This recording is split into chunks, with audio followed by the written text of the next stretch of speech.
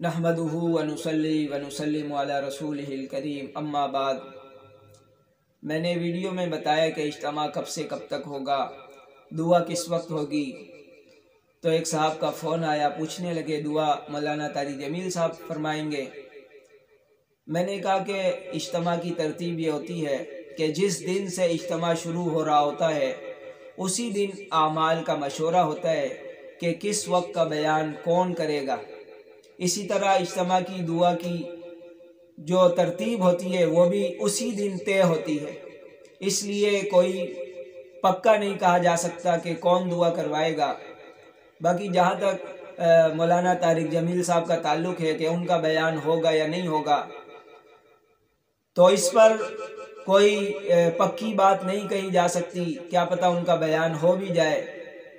لیکن جو تبلیغ کا مزاج ہے وہ کچھ اس طرح ہے کہ تبلیغ میں شخصیت پرستی نہیں ہے، اور تبلیغ میں سارا کام اخلاص کی نظر سے ہوتا ہے، اخلاص کے طور پر ہوتا ہے۔ تو مولانا الیاس رحمۃ اللہ علیہ جب دنیا سے چلے گئے تو ایسا نہیں ہوا کہ تبلیغ ختم ہو گئی یا تبلیغ کے دیگر بزرگان دین جب اس دنیا سے رخصت ہوئے، قریبی زمانے میں حاجی عبدالوہاب صاحب نور اللہ مرقدہ رخصت ہو گئے، لیکن تبلیغ کا کام پوری آب و تاب سے جاری ہے۔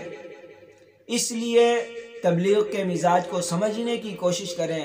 تبلیغ میں بیان کسی کا بھی ہو، ہمیں تو اللہ کو خوش کرنا ہے، چاہے وہ مولانا طارق جمیل صاحب کی صورت میں ہو یا کسی اور عالم کی صورت میں ہو، تو ان کا بیان ہم نے اللہ کی رضا کے لیے سننا ہے۔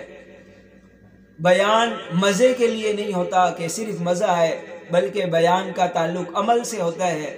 عمل والی جو بھی بات بتائی جائے جو صحیح ہو تو اس پر عمل کر کے دین اسلام کو فائدہ بھی پہنچایا جا سکتا ہے، اپنی ذات کا فائدہ بھی ہے اور ساری امت کا فائدہ بھی ہے۔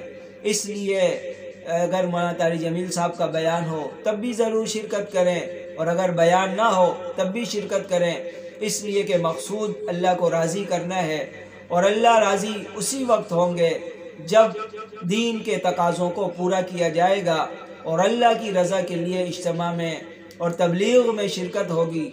اللہ تعالی ہم سب کو دعوت و تبلیغ اور دین کے سارے شعبوں کے ساتھ جڑے رہنے کی توفیق عطا فرمائے۔